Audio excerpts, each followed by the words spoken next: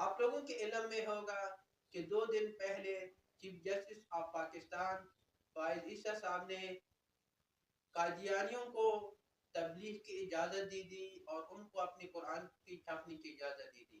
لیکن یہ یاد رکھنا چیف جسٹس صاحب، آپ یہ سمجھ رہے ہوں گے کہ ختم نبوت کے سپاہی سوئے ہیں یا ختم نبوت کے سپاہی اس ملک کے پاکستان میں نہیں ہے.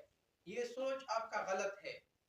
اور اگر کسی نے ختم نبوت پر ڈاکہ ڈالا، یہ یاد رکھنا ہر گھر سے ختم نبوت کا سپاہی نکلے گا، پھر اس ملک میں ایک انتشار ہوگا اور اس ملک میں خون ہی خون ہوگی.